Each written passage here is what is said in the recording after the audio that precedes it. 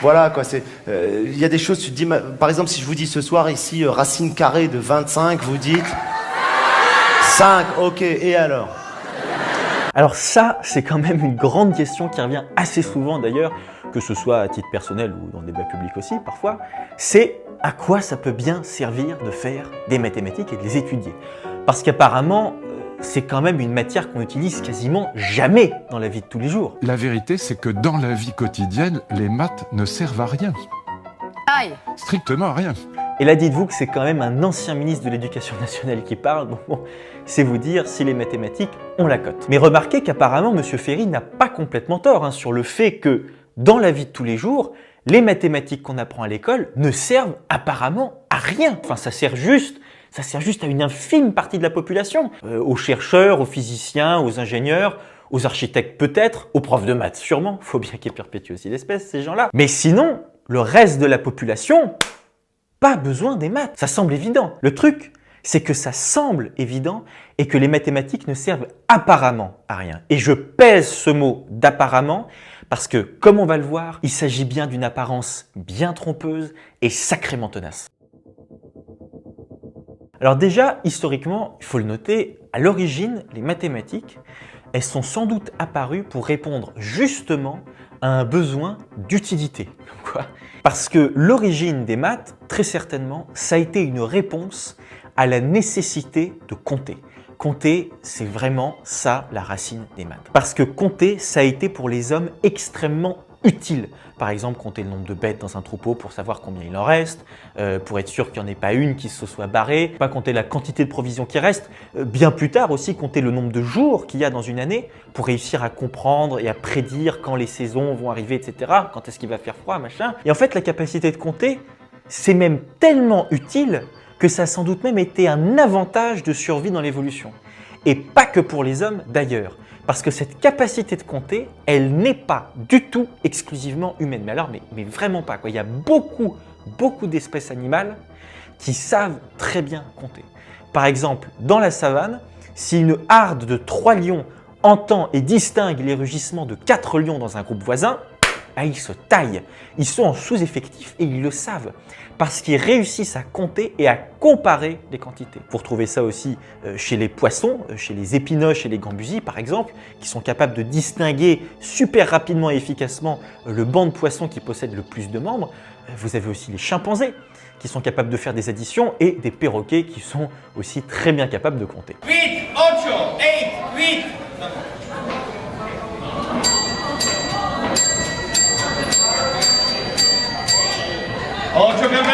Et donc sans doute que compter, c'est peut-être en fait une capacité assez naturelle et répandue même dans le règne animal comme on l'a vu. Et donc cette capacité, puisqu'elle existe encore chez les animaux, elle a sans doute été utile, comme on l'a dit, pour la survie dans la nature. Bon. Mais on peut remarquer aussi autre chose, c'est que du coup cette capacité de compter, ça ne demande a priori pas des cerveaux super développés ou complexes comme celui d'un humain adulte par exemple. Preuve en est qu'un enfant humain en bas âge, il a déjà cette capacité de compter des objets. Et pour les compter, qu'est-ce qu'il fait? Il récite en même temps ce qu'on appelle une comptine. 1, 2, 3, 4, etc. Parce que étymologiquement, compter et comptine, c'est la même racine. Ça vient du verbe latin computare, qui a d'ailleurs aussi donné computer en anglais. Et computare en latin, ça signifie non seulement compter, mais aussi énumérer. Et donc, le fait de compter, étymologiquement, c'est le fait d'énumérer et donc de réciter aussi cette fameuse comptine là, 1, 2, 3, 4, etc. Bon. Et ce qui est assez remarquable, c'est que tous les peuples primitifs du monde, puis les civilisations plus tard, sans se concerter, ils ont tous développé cette faculté de compter en créant des systèmes pour compter justement, mais de façon efficace. D'abord, en premier lieu, on a compté sur les parties du corps, et avec les doigts en premier lieu, bien sûr. C'est pour ça que nous, aujourd'hui, d'ailleurs, on compte en base 10. C'est-à-dire qu'on compte par paquet de 10. Vous avez 10, 20, 30, 40, etc. C'est parce qu'on a 10 doigts et qu'on compte sur nos 10 doigts, en fait. Voilà, c'est eux qui forment nos paquets. On appelle ça le système décimal, le fait de compter par paquet de 10. Mais il y a d'autres systèmes qui ont existé dans d'autres régions du monde. Par exemple, en Égypte, au Moyen-Orient ou en Roumanie aussi. Eux, ils comptaient en base 12. C'est-à-dire qu'ils comptaient par paquet de 12. Ça s'appelle le système duodécimal. Et ça vient des phalanges qu'on a sur ces 4 doigts là, vous voyez, 1, 2, 3, 4, 5, 6, 7, 8, 9, 10, 11, 12, vous voyez. Alors on compte pas les phalanges du pouce, hein, parce que c'est lui qui sert justement de curseur pour compter les autres phalanges des doigts. Bon bref, mais vous voyez. Mais ça fonctionne quand même assez bien, c'est très efficace. Bon. Notez d'ailleurs qu'à la Révolution française, on a failli adopter un système duodécimal, hein, quand l'Académie des sciences a décidé d'unifier les systèmes des poids et des mesures. Bon, ça s'est pas fait finalement, c'était trop compliqué, on a utilisé un système décimal en fin de compte, mais notez que parmi ceux qui ont proposé le système biodécimal, il y avait quand même Lavoisier et Condorcet, hein. Donc c'est pas rien. Hein. Et d'ailleurs, ce système biodécimal, ça nous est bien resté, hein, notamment dans notre calendrier de 12 mois. Dans les heures d'une journée, on a 24 heures, soit 2 fois 12 heures. Pareil pour les signes du zodiaque, il y en a 12, mais aussi plus prosaïquement pour compter les huîtres ou les œufs. On raisonne comment? On raisonne par douzaine ou demi-douzaine. Au supermarché, quand vous allez acheter des œufs, les boîtes d'œufs, c'est souvent des boîtes de 6 ou des boîtes de 12. C'est des paquets de 12 œufs, donc une douzaine d'œufs ou une demi-douzaine d'œufs. Voilà. Mais il y a encore d'autres systèmes, les Mayas, les Aztèques, les Celtes et les Basques. Alors eux, ils comptaient aussi avec leurs orteils. Et donc, ils comptaient en base 20. C'est-à-dire qu'ils comptaient par paquet de 20. Bon, ça nous est pas resté en revanche. Mais parallèlement à ça, le fait de compter par paquet avec nos parties du corps, les humains ont aussi développé la capacité de compter avec des objets externes à eux.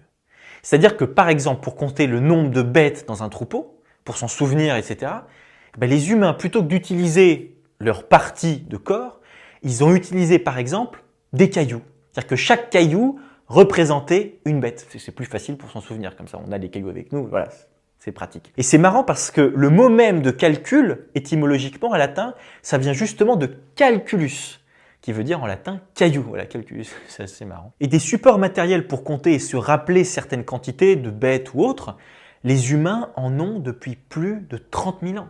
Depuis plus de 30 000 ans, la plus ancienne qu'on ait retrouvée, c'est un perronnet de babouin avec 29 encoches dessus. Elle a été trouvée au Swaziland, en Afrique australe. Alors remarquez que ça n'est pas encore de l'écriture à proprement parler. Ça, hein. Ce sont juste des encoches qui ont du coup la même fonction que des cailloux pour compter par exemple. Alors même si ça c'est déjà complètement dingue comme étape dans l'histoire de l'humanité, ce qu'il est peut-être encore plus, c'est lorsqu'il y a eu l'alliance ou le mélange, si vous voulez, entre le fait de compter par paquet, de 10, de 12, etc., et l'utilisation d'objets physiques externes, c'est-à-dire pas les parties du corps. Parce que lorsque vous mettez les deux ensemble, alors là, vous arrivez à quelque chose qui s'est produit entre autres à Elam, près du golfe Persique, c'est que au lieu de compter des cailloux un par un ou des encoches un peu bêtement, voilà, ou de compter sur vos doigts par paquet, les humains se sont mis à utiliser des objets de différentes tailles pour représenter différents paquets.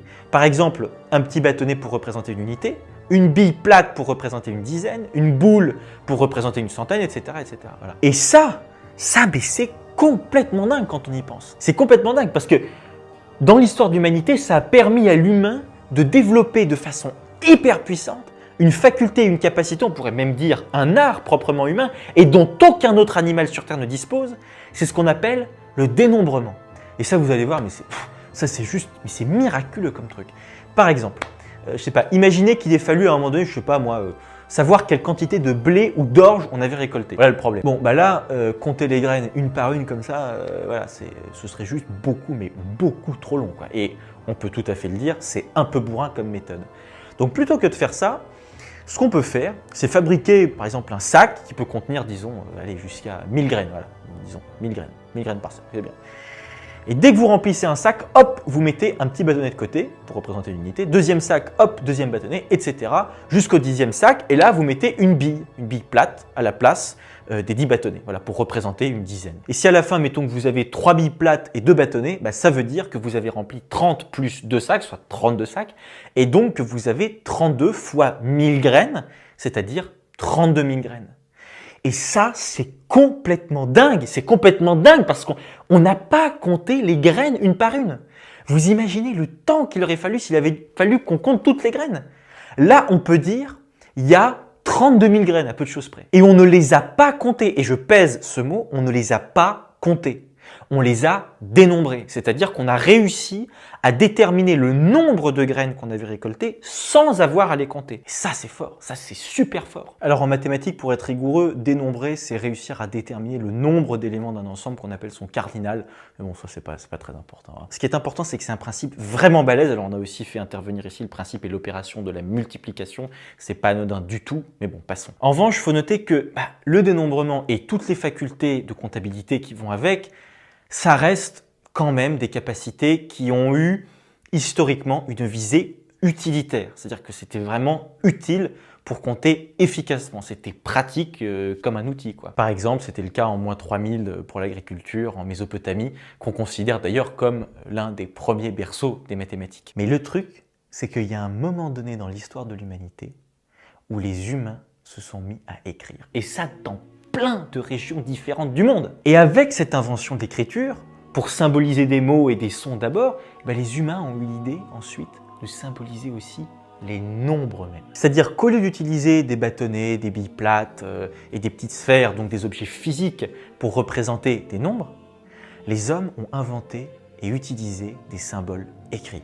Plus tard d'ailleurs, ils ont aussi utilisé les lettres de leur alphabet pour symboliser les nombres comme les Romains par exemple. Et notez que là, on n'est pas du tout, mais alors pas du tout, avec le principe des encoches de tout à l'heure. Parce qu'avec les encoches, on était face au même principe en fait qu'avec les cailloux. Chaque encoche représente un objet. Par exemple, une bête dans un troupeau, c'est ce qu'on appelle le système de correspondance terme à terme. Une encoche égale une bête. Voilà, c'est simple comme ça. Alors que là, avec l'invention et le développement de ces symboles écrits, on n'est plus du tout dans de la correspondance terme à terme. Parce que le symbole se suffit à lui-même. Et ça a boosté d'une force mais monstrueuse le passage progressif à une logique mathématique abstraite. C'est ça qui est prodigieux dans l'histoire de la pensée humaine. C'est que l'humain est progressivement passé du monde matériel, physique, concret, au monde de l'abstraction mathématique. Les mathématiques se sont détachées du monde physique. C'est-à-dire qu'il y a un moment donné, historiquement, où l'homme est passé de une pomme plus une pomme égale 2 pommes, ou une banane plus une banane égale 2 bananes, à 1 plus 1 égale 2. Et ça, mais c'est un pas monstrueux et incroyable dans l'abstraction mathématique, et qui n'est pas du tout évidente d'ailleurs. Par exemple, chez les enfants en bas âge, parfois c'est une étape charnière et un peu délicate. Vous voyez, au début, on est obligé avec les enfants de les faire raisonner, je ne sais pas moi, mais avec des bonbons par exemple. Vous voyez, on les fait raisonner avec des bonbons. On connaît tous ce truc là, j'ai 5 bonbons, on m'en donne 3, combien j'ai de bonbons à la fin? J'ai 8 bonbons. Parce que 5 bonbons plus 3 bonbons, ça fait 8 bonbons. Voilà. Et ça, c'est la base du calcul, hein. C'est le fait de raisonner avec des réalités matérielles comme des bonbons ou des cailloux, comme on l'a vu avec l'étymologie même du mot calcul. Mais après, quand il grandit, l'enfant, il réussit à s'extraire, à extraire son esprit de la contingence matérielle, et à un moment donné, il arrive à ne plus raisonner avec des bonbons ou des bananes ou je sais pas quoi, mais il raisonne juste et simplement avec 5 plus 3 égale 8. Mais 5, 3 et 8, quoi exactement? Ça, c'est une question que les enfants posent parfois justement quand ils sont en train de franchir ce pas de l'abstraction. Et remarquez, c'est pas du tout évident de leur répondre parce que ce sont des nombres. Ce sont des nombres. Et les nombres, ça ne se rattache à rien, entre guillemets. Ça ne se réfère à rien de matériel, à aucune matérialité réelle, en tout cas, vous voyez ce que je veux dire, à aucune réalité physique, quoi. C'est d'ailleurs une question assez énormissime en philosophie, hein. Ça, réussir à définir ce que c'est qu'un nombre, c'est sacrément balèze, hein. C'est pas évident du tout. Est-ce qu'un nombre existe vraiment? Qu'est-ce que c'est? C'est pas évident. En tout cas, il y a un moment dans l'histoire où les nombres ont été considérés en tant qu'abstraction pure par les humains et ont été notés en plus sous forme de symboles écrits. Mais mieux encore, c'est que ce phénomène est apparu dans plein de régions différentes du monde, alors que ces régions n'avaient juste rien à voir entre elles à l'origine. Elles ne se sont pas concertées. On peut penser aux Sumériens, aux Indiens, aux Chinois ou aux Grecs, évidemment. Et tous, ils avaient leurs symboles propres, différents, distincts, particuliers, mais pour désigner des abstractions mathématiques absolument identiques. Et là où ça commence à devenir presque flippant et affolant, c'est que toutes ces civilisations, sans se concerter, ou très peu, par quelques influences évidemment, mais sans se concerter, ces civilisations ont utilisé ces symboles en tant qu'abstraction pure, comme briques élémentaires, et elles ont construit des maths. Elles ont construit des mathématiques, mais juste hallucinantes. Elles sont allées mais vraiment bien au-delà de simplement compter des graines ou des bestiaux. Hein. Et quand je dis bien au-delà de ça, c'est vraiment bien au-delà. Hein, parce que à partir de ces abstractions premières, que sont les nombres, eh bien toutes ces civilisations ont développé des mathématiques, des raisonnements mathématiques, mais à des niveaux de complexité et d'abstraction, mais complètement fous, auxquels on n'aurait jamais pu s'attendre a priori. C'est complètement fou ça. En gros, ces civilisations, elles ont développé les maths pour les maths, sans avoir la volonté qu'il y ait d'application concrète dans le monde physique derrière. C'est quand même assez remarquable ça. Et ce qui est marrant aussi, c'est que ces différentes civilisations, elles sont arrivées parfois à établir des résultats et des propriétés identiques, encore une fois, sans se concerter. Par exemple, le fameux théorème de Pythagore, eh ben, il était connu et utilisé un millénaire avant lui dans l'ancien empire babylonien. Donc je vous mettrai l'article en description si vous voulez aller le lire. Ou bien on peut aussi penser au fameux triangle de Pascal qu'on utilise énormément en mathématiques et qui porte son nom aujourd'hui d'ailleurs. Bon, et ben, ce triangle, Pascal il l'a sorti en 1654 dans son traité du triangle arithmétique.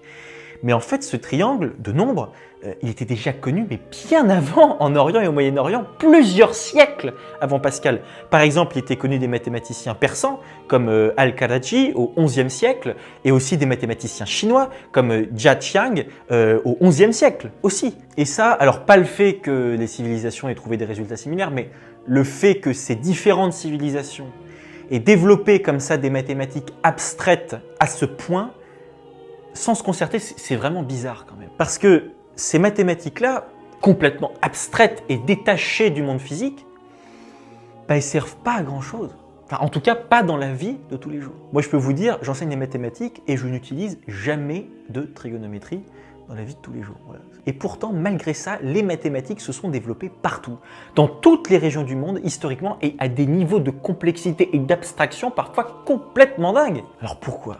Et aussi, pourquoi est-ce qu'on les a autant enseignées dans toutes ces civilisations jusqu'à aujourd'hui? Là, on pourrait se dire, comme au début, en fait, c'est parce que pour certains métiers, il y en avait besoin. Et puis, pardon, mais les types dont on a parlé là juste avant, genre Pascal, Al-Karaji ou Jia Qiang, ils étaient mathématiciens, ceux-là. Donc bon, oui et non en fait, hein, parce que même historiquement, dans chacune de ces civilisations, plus ou moins, les mathématiques n'étaient pas enseignées exclusivement qu'à ceux qu'on destinait pour devenir ingénieur ou autre, mais elles étaient enseignées à tous les individus de la société dont on voulait qu'ils aient une bonne éducation. Et encore une fois, ces civilisations ne se sont jamais concertées là-dessus. Du coup, il y a sans doute une anguille sous roche là. Ça faisait déjà partie du tronc commun à l'époque, c'était pas une spécialisation. Par exemple, pour les petits grecs, l'étude des mathématiques et de la géométrie, c'était fondamental et obligatoire. On peut se rappeler d'ailleurs que Platon a fait écrire cette fameuse phrase à l'entrée de son académie, que nul n'entre ici s'il n'est géomètre. Que nul n'entre ici s'il n'est géomètre. Comme si la géométrie, mais aussi les mathématiques par extension, étaient nécessaires pour pouvoir apprendre quoi que ce soit d'autre à l'Académie de Platon. Mais pourquoi? Pourquoi est-ce que les maths sont enseignées partout dans le monde depuis des siècles, depuis même des millénaires? Alors que, comme le dit si bien M. Ferry, les mathématiques ne servent à rien dans la vie de tous les jours. La vérité, c'est que dans la vie quotidienne, les maths ne servent à rien. Et bien ça, c'est ce que nous allons essayer de voir dans les prochains épisodes.